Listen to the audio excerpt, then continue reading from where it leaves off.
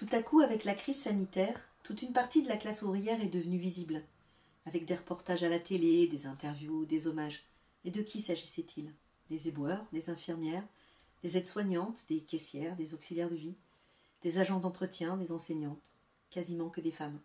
C'est une réalité de la société capitaliste. Depuis le XIXe siècle, depuis le développement de l'industrie, une fraction de plus en plus importante de la classe ouvrière est constituée par des femmes.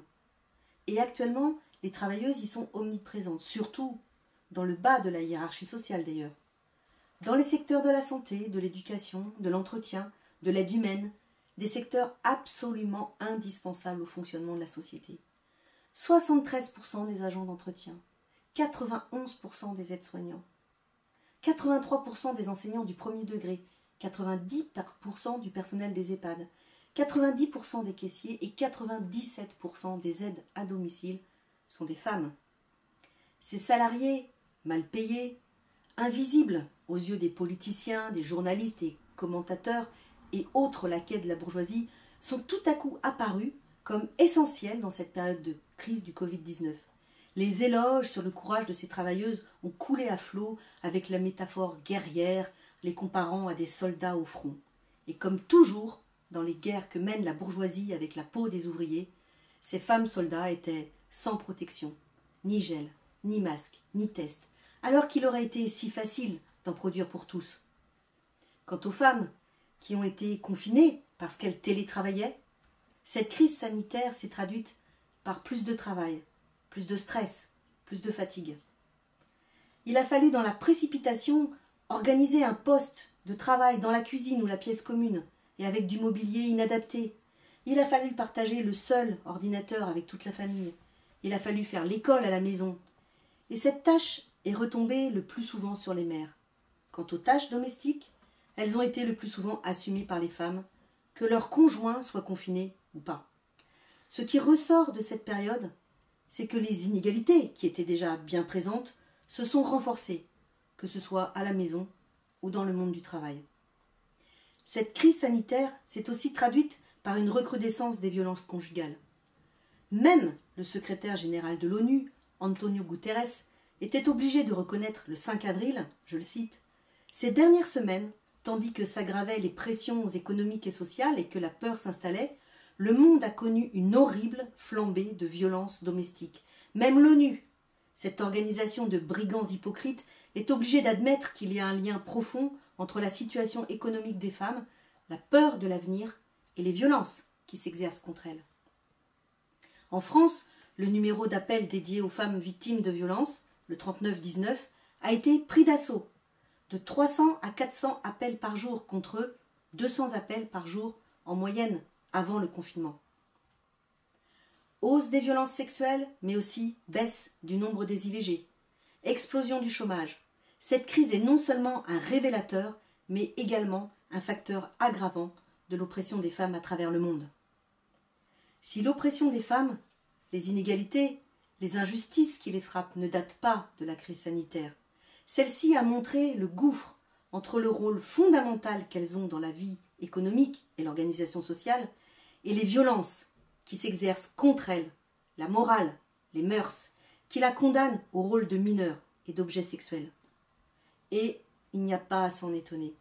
C'est inhérent à l'histoire du système capitaliste, qui a transformé une immense partie de la population mondiale, dont les femmes, en travailleurs, en exploités. Quant aux lois, aux mœurs, la morale qui règle la vie sociale, eh bien ce sont ceux de la classe dirigeante, c'est-à-dire des idées imprégnées de ses préjugés, de son mépris de classe qui divise, qui écrase tous les travailleurs, et parmi ceux-ci, encore plus les travailleurs immigrés, les précaires ou les femmes.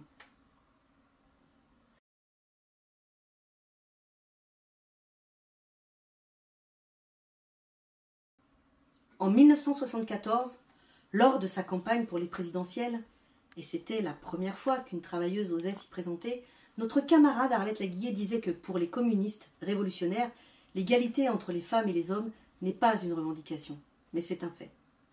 Affirmer cela, ce n'est pas gommer les différences biologiques évidentes qui existent entre les sexes, mais pourquoi ces différences sexuelles devraient-elles se traduire par une inégalité? Non. les inégalités entre les femmes et les hommes ne sont pas naturelles, contrairement à ce que proclament les dogmes de toutes les religions monothéistes. Ces religions qui font des femmes des êtres inférieurs. Ces inégalités sont apparues tardivement dans la longue histoire de l'humanité, comme les conséquences de la propriété privée, qui était finalement une nouveauté dans l'organisation des sociétés primitives.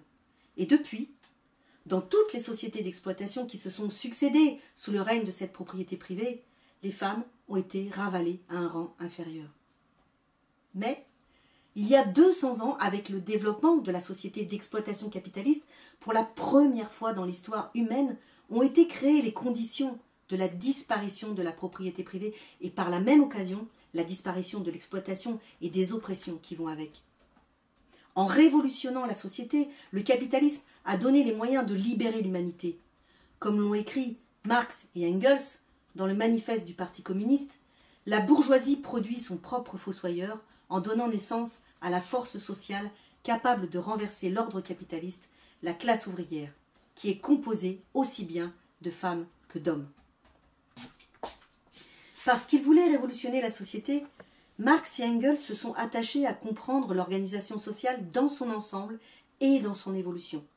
Ils n'étaient pas seulement solidaires des opprimés, et donc des femmes, dont ils soutenaient bien évidemment les aspirations à être considérées comme égales des hommes, ils apportaient aussi la possibilité de saisir les origines et les mécanismes de l'oppression.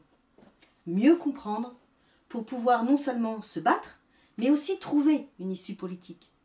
Il donnait ainsi la possibilité au combat de tous les opprimés de rejoindre celui de la classe ouvrière pour renverser le capitalisme et en abolissant la propriété privée, en finir une fois pour toutes avec les sociétés basées sur l'exploitation de l'homme par l'homme.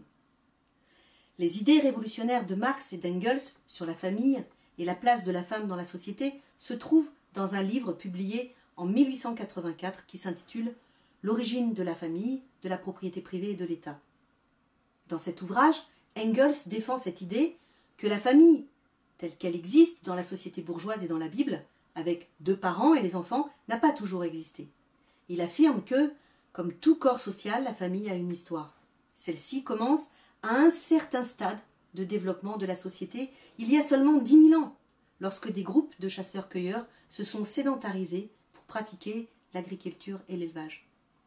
Cette révolution permet l'apparition d'un excédent non consommé, un surplus accaparé par une minorité. C'est la naissance de la propriété privée.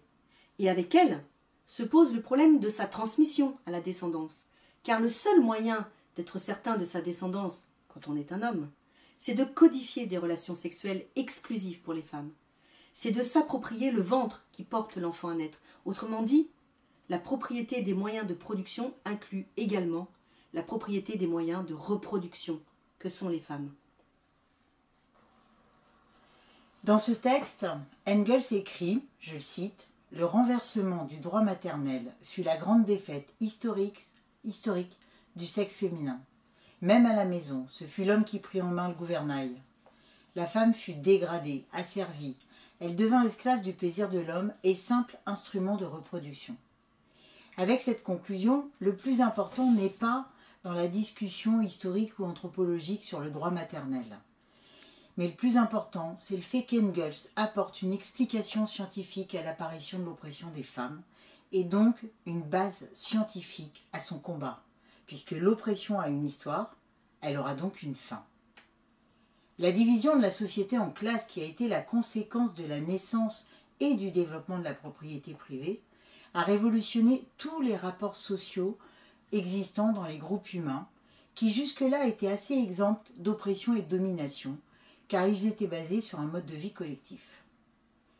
Et cela a donc profondément modifié la place des femmes dans les sociétés humaines, les reléguant au rôle de génitrices, de garantes de la transmission de la propriété, mais aussi à des fonctions subalternes. Elles ont été livrées à une double oppression, celle des plus riches et celle des hommes. Les sociétés humaines qui ont existé depuis ont toutes été basées sur l'exploitation, et ont donc toutes fait perdurer cette oppression en la rendant souvent de plus en plus violente et barbare. La question du pouvoir sur le corps des femmes, sur leur sexualité, a pris une place majeure dans ces sociétés d'exploitation. Il en découle que l'émancipation des femmes ne sera complète et l'égalité réelle entre les sexes qu'avec la destruction de la société bourgeoise, du système capitaliste et de la propriété privée. C'est pour cela que dans la lignée de tous les militants marxistes révolutionnaires avant nous, nous affirmons que la lutte contre l'oppression des femmes est indissociable de la lutte de la classe ouvrière dans son ensemble. Car la classe ouvrière est la seule force sociale capable de s'attaquer aux fondements de la puissance capitaliste et donc à ses conséquences sociales diverses. Et enfin, nous affirmons que les femmes ont un rôle majeur à jouer dans tous ces combats.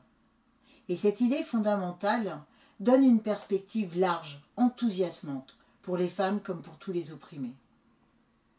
Contrairement à ce que disent certains de nos détracteurs, ce lien entre les luttes contre l'oppression des femmes et les luttes de la classe ouvrière que nous faisons ne provient pas du fait que pour les marxistes, l'oppression des femmes sera un sujet mineur, annexe. Toute l'histoire du mouvement marxiste témoigne de l'exact inverse. Rappelons qu'à partir de 1864, au sein de la Première Internationale, les marxistes ont pris clairement position pour le travail des femmes.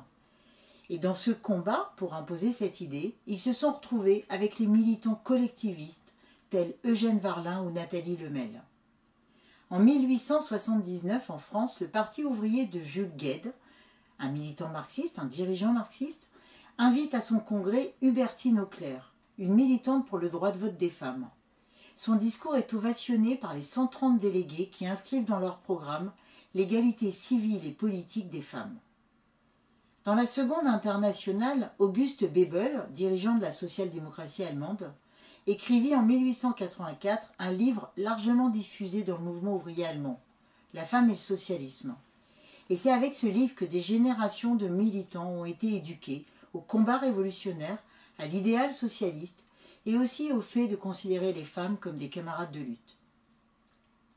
Quant à Rosa Luxembourg ou Clara Zetkin, elles étaient des dirigeantes à part entière du mouvement socialiste, à une époque où l'ensemble de la bourgeoisie ne faisait aucune place à aucune femme. Si aujourd'hui on insiste dessus, si on y revient, c'est parce que cette analyse est une arme importante pour pouvoir lutter. Les marxistes que nous sommes, nous ne nous contentons pas de dénoncer le patriarcat, encore moins de dire qu'on peut l'abattre, ce patriarcat, sans combattre le reste du système. Pour nous, l'oppression des femmes ne s'explique pas par la domination masculine seulement. Elle ne tient pas à une propension des hommes à vouloir dominer les femmes, ni à une sorte d'identité masculine. Et si en effet l'éducation reçue par les hommes dans la société favorise ces comportements sexistes, oublier de lier ces comportements au fait que toute notre société est basée sur des rapports de domination revient à attribuer d'une façon ou d'une autre, qu'on le veuille ou pas, l'oppression des femmes uniquement aux hommes. Et cette explication mène dans une impasse, condamne à se contenter de dénoncer cette oppression et à en faire une question de comportement individuel des hommes. Et à partir de là, la lutte pour l'émancipation des femmes se résumerait à combattre les comportements des hommes, pour les plus radicales par la lutte, pour les plus réformistes des féministes par l'éducation ou encore par des lois. Et puis ça revient souvent à placer les femmes dans la seule position de victime de la domination masculine, voire des hommes en général. Cette victimisation des femmes est une idée nuisible, car à partir de là, l'émancipation des femmes n'est plus un combat à mener, mais une chose à obtenir, y compris en faisant confiance à un pouvoir au service des bourgeois pour protéger les femmes et pour changer leur sort en éduquant les hommes. De même que Marx ne regardait pas les travailleurs comme des victimes, mais comme la seule force sociale capable de renverser le pouvoir de la bourgeoisie, les communistes tiennent le même raisonnement pour les femmes. Ils ne se proposent pas comme des avocats plaidant leur cause, mais comme des frères et des sœurs de combat, non seulement contre les injustices et les inégalités sexuelles, mais également contre toutes les oppressions générées par le système capitaliste. Le combat communiste contre le capitalisme, ce n'est pas une juxtaposition, une addition de toutes les luttes contre les oppressions. C'est la fusion des luttes de tous les opprimés, grâce à la compréhension sur des bases scientifiques des mécanismes d'oppression que génère une économie basée sur la propriété privée, la concurrence et la recherche du profit.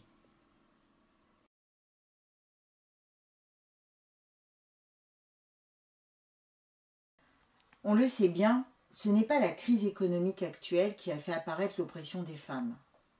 Mais depuis des années, on constate qu'avec cette crise, le sort des femmes se dégrade encore. Il se dégrade parce qu'elles sont les premières victimes du chômage, de la précarité, des bas salaires, du délabrement des services publics, du manque de logements sociaux. Mais il se délabre aussi parce que cette situation sociale se traduit par une évolution de plus en plus réactionnaire de la société. On a vu déjà comment des partis politiques ouvertement anti-femmes se sont fait élire ces dernières années.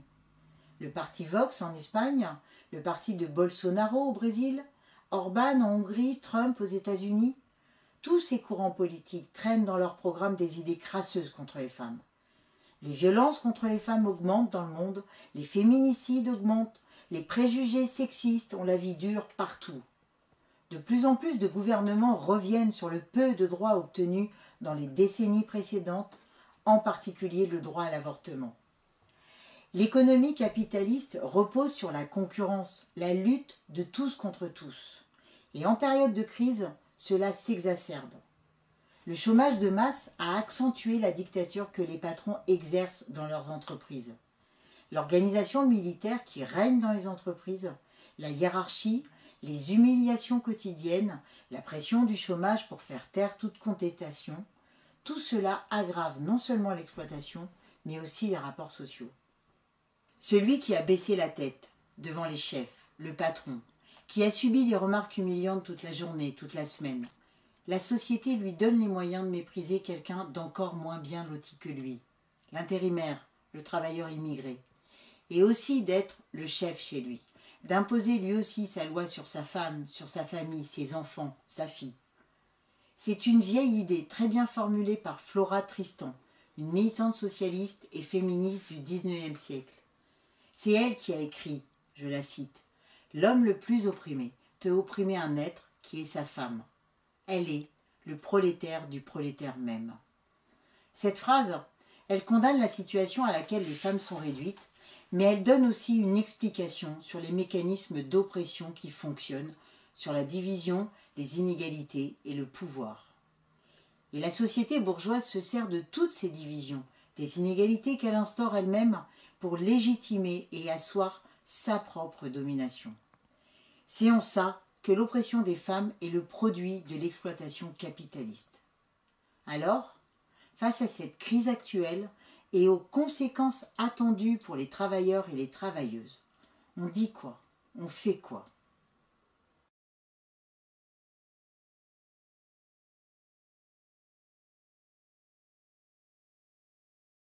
Alors qu'on ne sait pas s'il y aura ou pas une deuxième vague de l'épidémie, une chose est d'ores et déjà certaine, la crise qui s'annonce, avec sa vague de licenciements, va être particulièrement violente. Et elle le sera d'autant plus avec les femmes travailleuses. La crise économique aggrave les inégalités. Les secteurs actuels les plus touchés sont les loisirs, l'hôtellerie, la restauration et les ventes, qui emploient presque exclusivement des femmes. Alors que les travailleurs du monde entier étaient en train d'affronter l'épidémie, la bourgeoisie, elle exigeait des centaines de milliards pour préserver ses profits. Et on l'a vu, la crise sanitaire a été une occasion de plus pour le grand patronat d'exiger que le gouvernement prenne des mesures en sa faveur. Les lois d'urgence, votées au début de l'épidémie, offrent la possibilité aux patrons de faire travailler jusque 60 heures par semaine.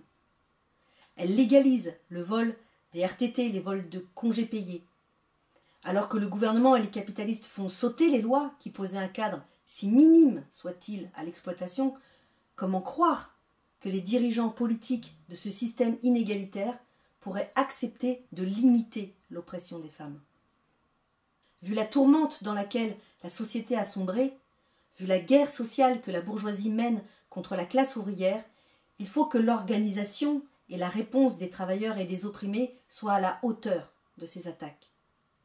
La seule gouvernance que connaît la bourgeoisie en temps de crise, c'est la guerre pour sauvegarder sa domination sur l'économie. Et cette guerre, elle l'a fait avec la peau des travailleuses et des travailleurs. Pour affronter la crise qui s'annonce d'une violence particulière, la bourgeoisie va mener une politique de terreur sur la classe ouvrière, et en particulier sur les femmes. On en voit déjà quelques signes avec les difficultés actuelles auxquelles les femmes sont confrontées. Par exemple, le problème des avortements tardifs pendant le confinement, ou le chômage qui a particulièrement augmenté chez les femmes, les violences conjugales qui sont en hausse. Ce serait une grave illusion de penser que le mouvement des femmes pour l'égalité peut gagner à lui seul, en particulier dans ce contexte actuel d'aggravation brutale de la crise économique capitaliste et de la flambée des idées réactionnaires. Il ne pourra pas gagner seul s'il ne se préoccupe pas des raisons pour lesquelles l'ensemble de la société recule. Car s'il y a la question du sexisme, il y a aussi celle du racisme, de la destruction de la nature, des attaques contre le droit du travail, de l'exploitation. La lutte des femmes pour leurs droits, elle s'inscrit dans le cadre plus général de la lutte contre l'ordre social bourgeois, contre sa morale, contre ses valeurs. Et c'est en remettant en question l'ensemble du fonctionnement de l'économie, en remettant en question la dictature de la bourgeoisie sur la société, qu'il sera également possible de remettre en question les conséquences de cet ordre social, les inégalités, les injustices, les discriminations. Et quelle force sociale peut renverser la domination de la bourgeoisie et les conséquences de cette domination sur l'ensemble de la société, dont les femmes? Eh bien, nous, communistes révolutionnaires, nous pensons que, à l'échelle de la planète, c'est la classe ouvrière qui est composée en grande partie de femmes.